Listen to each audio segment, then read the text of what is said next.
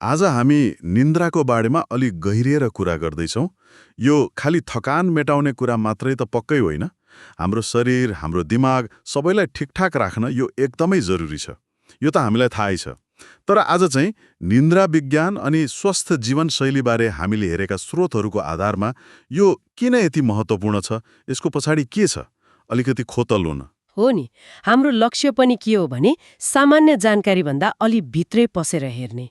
निन्द्रा पुगेन भने हाम्रो काम गर्ने क्षमता, हाम्रो स्वास्थ्यमा कस्तो असर पर्छ, जुन हामीले सायद यादै गर्दैनौँ। अनि अर्को कुरा, आजकलको यो दौडधुपमा पनि कसरी आफ्नो निन्द्रा अलि सुधार्न सकिन्छ भनेर केही ठोस उपायहरू पनि पत्ता लगाउने। ल, त्यसो भए सुरु गरौँ एकदम आधारभूत कुराबाटै। हामी सुतेको बेला शरीर त शान्त देखिन्छ होइन, तर भित्र त कति धेरै काम भइरह हुन्छ, होइन र? स्रोतहरूले खास गरी मस्तिष्कको भूमिकालाई अलि बढी जोड दिएका छन् जस्तो लाग्यो। एकदम। हामी सुत्दा नि दिमागले काम रोक्दैन। दिनभरिको जानकारीलाई ठिकठाक पार्छ। चाहिने कुराहरू मतलब स्मृतिहरू त्यसलाई सँगाल्छ अनि नचाहिने कुराहरू हटाउँछ। अनि शरीरको कोषहरूको मर्मत गर्ने, ग्रोथ हर्मोन जस्ता हर्मोन बनाउने, हाम्रो रोगसँग लड्ने क्षमता बढाउने, यस्ता कति काम यही बेला हुन्छ। यो त एउटा सक्रिय व्यवस्थापन जस्तै हो। एउटा चाखलाग्दो कुरा के भने नि निन्द्राका पनि चरणहरू हुन्छन् रे।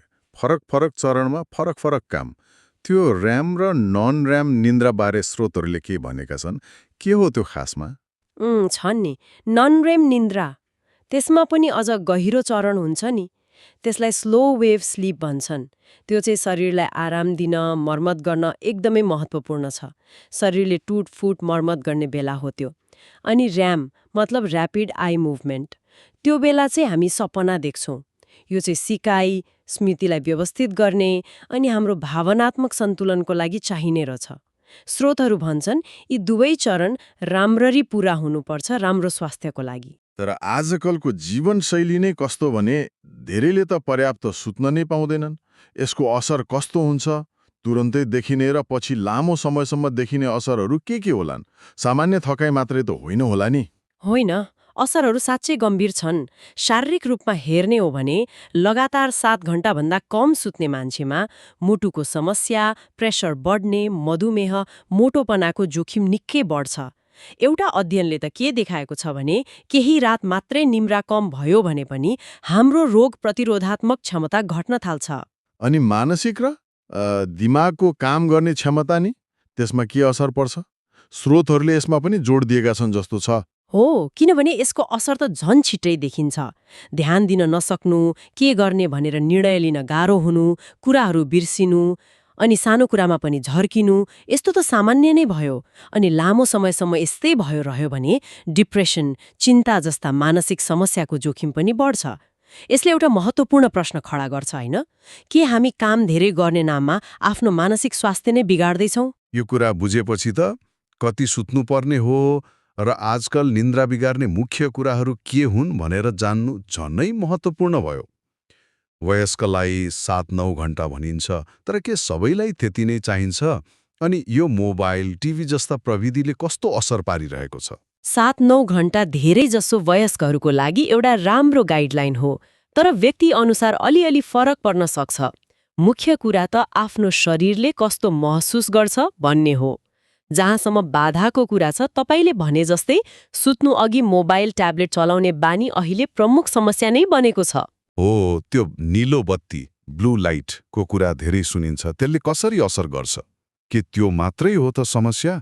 हो, त्यो निलो बत्तीले हाम्रो दिमागको एउटा भाग एससिएन भन्ने हुन्छ, त्यसलाई झुक्याइदिन्छ। त्यसले हाम्रो सुत्ने उठ्ने प्राकृतिक चक्रलाई नियन्त्रण गर्छ। निलो बत्तीले निन्द्रा लगाउने हर्मोन मेलाटोनिन बन्न दिँदैन अनि निदाउन गाह्रो हुन्छ। तर यो मात्रै समस्या होइन। सुत्ने उठ्ने ठेगान नहुनु, तनाव अनि बेलुका कफी, चिया जस्ता कुरा पिउनु, यिनले पनि उत्तिकै असर गर्छन्। त्यसो भए यी सब चुनौतीहरूको बीचमा राम्रो निन्द्रा पाउन कि व्यावहारिक उपायहरू के हुन सक्छन्? सुत्ने कोठा शान्त राख्ने, समयमा सुत्दा भयो। स्रोतहरूले अरू केही विशेष कुरामा जोड दिएका छन् कि? सबैभन्दा प्रभावकारी उपाय त के हो भने सकेसम्म हरेक दिन एउटै समयमा सुत्ने र उठ्ने बानी बसाल्नु, छुट्टीको दिनमा पनि। अनि सुत्नुभन्दा कम्तीमा 1 घण्टा अगाडि चाहिँ स्क्रिनहरू मतलब मोबाइल, टिभी बन्द गर्नु एकदम महत्त्वपूर्ण छ। सुत्ने कोठा शान्त, अँध्यारो र अलि चिसो भयो भने पनि राम्रो। स्रोतहरूले तनाव कम गर्न, ध्यान गर्ने, गहिरो सास लिने अभ्यासहरूलाई पनि सहयोगी मानेका छन्। एउटा सोचाइ छ नि मान्छेहरूमा, थोरै सुतेर धेरै काम गर्नुपर्छ, सकिन्छ भन्ने। यसलाई चाहिँ स्रोतहरूले कसरी हेर्छन्? कि यो साँच्चै हो त? स्रोतहरूले त यसलाई स्पष्ट रूपमा भ्रम नै भनेका छन्।